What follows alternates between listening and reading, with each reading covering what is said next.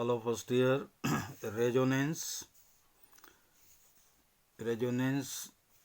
is a phenomena. क्या phenomena है ये? When the frequency of the external periodic force applied over a body is equal to the natural frequency of the body or its integral multiple, then the amplitude of the forced vibrations of the body becomes quite large, and this phenomena is called resonance. देखिए, इन्होंने लिखा है external periodic force. Periodic force का मतलब जिसमें frequency है ऐसा force लगाएं तो उसे कहेंगे पीरियोडिक फोर्स.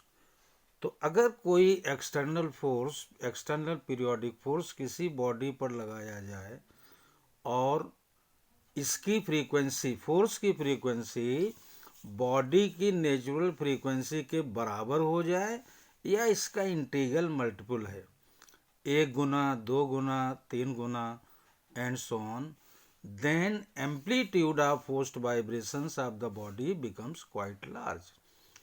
याद रहे कि जो एम्पलीट्यूड है बहुत ज़्यादा हो जाता है, एम्पलीट्यूड बिकम्स क्वाइट लार्ज, और इसी फिनोमिना को कहते हैं रेजोनेंस. यानी जो वाइब्रेशंस होंगे, फोर्स्ड वाइब्रेशंस होंगे, बहुत अधिक आयाम के साथ होंगे, बहुत अधिक आयाम के साथ होंगे, एम्पलीट्यूड के साथ होंगे.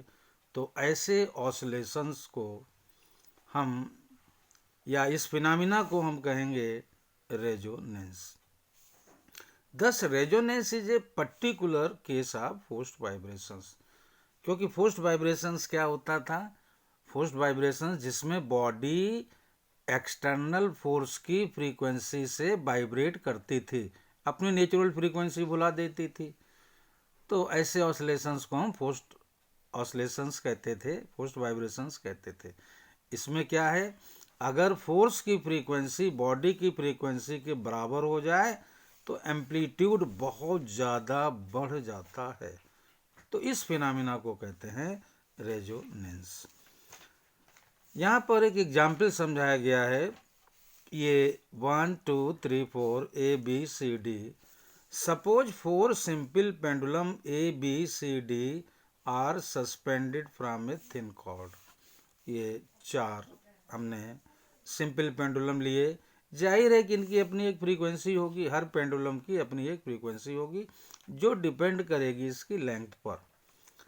The lengths of the pendulums A and C are equal. A और C की लेंथ बराबर है, are equal, and so their frequency are also equal. क्योंकि A और C की लेंथ इक्वल है इसलिए इसकी फ्रीक्वेंसी भी सेम होगी. The length of B is slightly greater.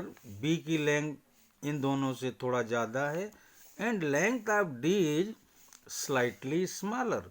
D की लेंथ सबसे कम है, आप यूँ कहिए. तो length of B is greater than length of A and length of D is less than the length of A. तो कुल मिलाकर जिसकी लेंथ ज़्यादा उसकी फ्रीक्वेंसी भी ज़्यादा होगी, उसका टाइम पीरियड भी ज़्यादा होगा.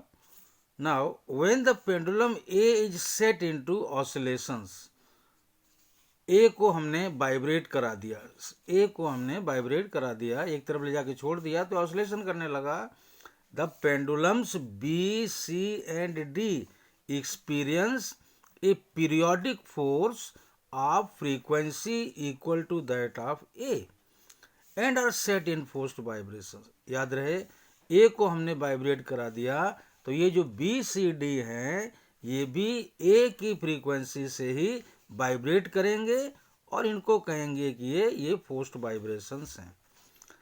It is seen that pendulums B and D whose natural frequency is different from the frequency of A. B और D जो सबसे बड़ा है, जो सबसे छोटा है, इनकी जो फ्रीक्वेंसी है वो डिफरेंट है ए की फ्रीक्वेंसी से। They execute forced vibrations with a very small amplitude, तो ये स्मॉल एम्पलीट्यूड के साथ वाइब्रेशन करेंगे, but the amplitude of forced vibrations of C, लेकिन सी जो है वो vibrations of C goes on increasing slowly and becomes equal to the amplitude of A. The oscillations of C are resonant oscillations. तो एक बार फिर से जब A को ऑसिलेशन करा देते हैं तो ये अपने वाइब्रेशंस भेजता है B C D में।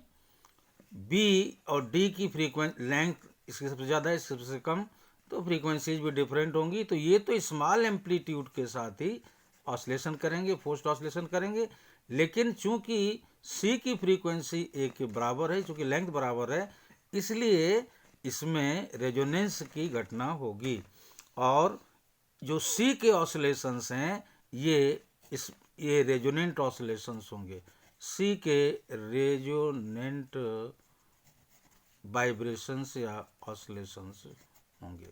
तो it's all about the resonance.